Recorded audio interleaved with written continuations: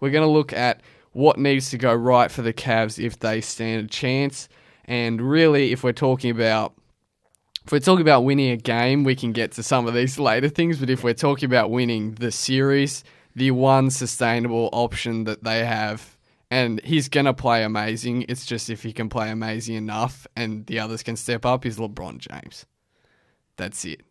There's nothing else to say about the Cavs. And even then, that wouldn't be enough. That's the thing. Because we talked about, like, as amazing, we know he's going to be amazing. Like, there's nobody who's saying he's going to have a bad series. But last finals, he averaged a triple-double. He averaged 33 points, 12 rebounds, 10 assists, 56% from the field and 38% from three over the 5 games. Repeat, 5 games. And he had Kyrie Irving. Exactly. Who's he got now? Jeff Green.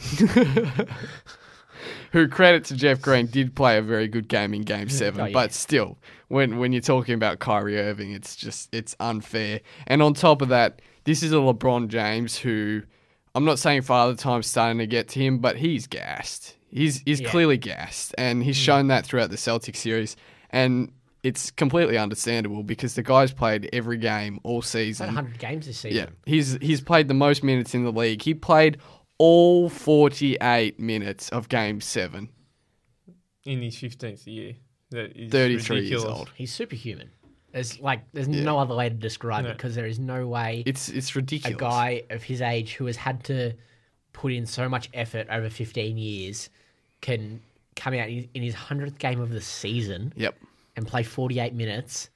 And I think the story, the way you show the story is you show him in the locker room after the game with all that ice on him. He's covered head to toe in ice. Even in their the trophy presentation, he's just lying on the floor. He doesn't even have the energy to stand up. And as well, we talked about 15 seasons, but if you added all his post seasons, he's probably had like an extra 2 seasons worth of games nearly. Just sprinkle a little bit of Olympics in there as well. Olympics and as the well. fact that he's gone to 8 straight finals. Exactly. So most struggle going 2 back to back. Like you look at the Warriors mid-season, they've only been to 3 straight. Is it 3? 3 straight. Yeah. And so he's gone to 8. So the toll. Really, it's between him and James Jones is when we're talking about the elite endurance athletes of the NBA. So he's in elite company there. But the thing that's alarming for LeBron is that it's pretty clear at the moment, or we saw it against the Celtics, that he's at the point where he can't play that many minutes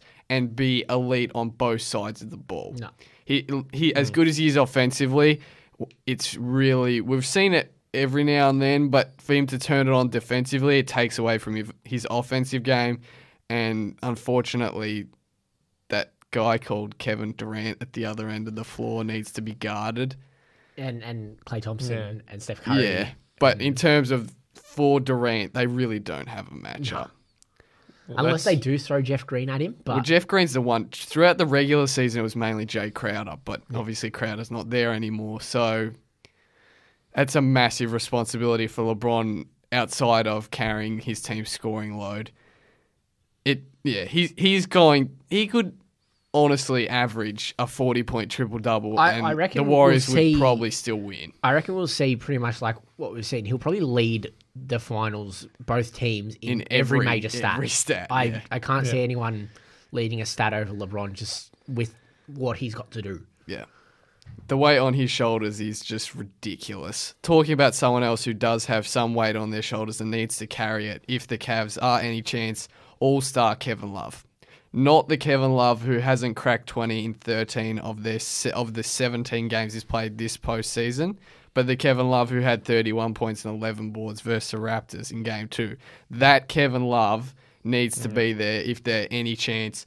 And at this rate, his status is still unknown for Game 1. So he's still in the concussion protocol. There's no guarantee that he's actually even going to play Game 1. You'd think he probably I think would. he will.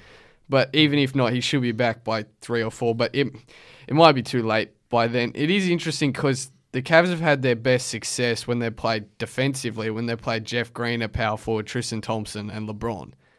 So Love has to show that he can actually make up for it on the offensive end, that he's worth having in there, because We know he did lock down Steph Curry for one important possession, but overall, he's not the world's greatest defender, and he is going to get picked on, and he needs to crash the offensive boards because that's something he's good at. And we saw against the Rockets with the Warriors against the Rockets that's something that you can exploit. PJ Tucker and Capella killed them on the boards. And there was one game where Tucker had like 16 rebounds or something. If you want it more than them on the offensive glass, you do have a chance because they don't have that tall timber to go up and get it. So huge series for Kevin Love, and then defense. They need to play tough defense. That, for me, that's the only chance they got, because when they play tough, you look at, even with the Rockets, when they started playing, getting into their face, they sort of just sit back. They looked a little bit, yeah. They sort of went passive. Yeah. And that's a key to me. They need to go back to that 2016 finals where they got in their face and... Yeah. They actually have to fight, which is something that this 29th ranked defense hasn't done for most of the year. In saying that, the defense in the playoffs has been better than that 29th ranked defense, but this is one of the best offensive teams that we've ever seen. So it's going to have to be better. If you look at it, in game 4 and 5, as you mentioned, the Rockets genuinely looked to have the Warriors a little bit rattled. And it was with that tenacity in that defense, they only managed to put up 92 and 94 in those games, and the Rockets won both of them. When the Warriors scored over 100 in the last series, they won 4 of the 5 games. So if you get into a track meet, if you let them crack the century, it's going to be really, really difficult. Yeah. I can't see it happening. And no. I think these scenarios are so unlikely to happen. Yeah, I know. It's just we're reaching at straws. Yeah, we've got to find some way to give the Cavaliers a chance. Yep. And then on top of that, they need some of those 3-point shots to fall. They only made 10 threes once in the series versus the Celtics. They've got to get more offense if that's going to stand any chance of putting a fight up. Korver, JR, George Hill, Jeff Green, Jordan Clarkson. It's just sad when you have to include his name in it, but those guys have to stand up and knock down some big shots and some 3 balls. The one chance where I think it makes it interesting, now this is a lot harder said than done, but if you can get it to the last 5 minutes against the Warriors and it's a tie ball game or a close ball game, I reckon you stand a chance because it makes no sense with the talent they have on this team.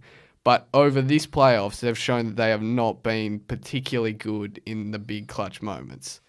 So if you can, and we know that the Cavs have LeBron, which obviously is quite helpful. If you just look at it in this postseason in clutch situations, so that classifies as a score within 5 points with 5 minutes to go. So that's for the stats, that's what they've classified it as. The Warriors are 2 and 3 this postseason. They're shooting 26% from the field and 14 from 3. If you want an example of that, watch game 4 and 5. Watch the end of it. That's all you need to know. Kevin Durant went missing, which I call him Mr. Unreliable. Mr. Unreliable. Because anytime the pressure mounts and there's actually some animosity against him, he goes missing. And the same with some of the rest of the Warriors too. We saw Draymond bobbled the ball off his knee. And to combat that, the Cavs are 7-1 this postseason in those same situations. Again, largely due to the guy called LeBron James. But if they can get the Warriors in a close game, just see what happens. It's a chance. And the last one is to just boycott third quarters. Don't play third quarters. Just strike. Stay in the locker room. Come back and play the fourth quarter, because the Warriors' cumulative points differential this postseason. In the first quarter, +1. In the second quarter, +9. Yeah, it's all right. In the fourth quarter, +10. In the third quarter, +130. And what were the Cavs in third quarters this postseason? I'm pretty sure you said it was like -1. Yeah, I think, round it is, 0. it's -1 for the playoffs. I think they're like +1 or plus, just like it's a really small margin plus for the season overall.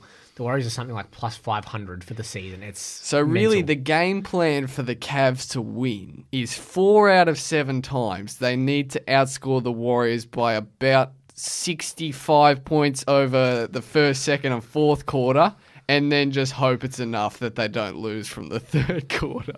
That's what we've got to. That stat is just ridiculous. But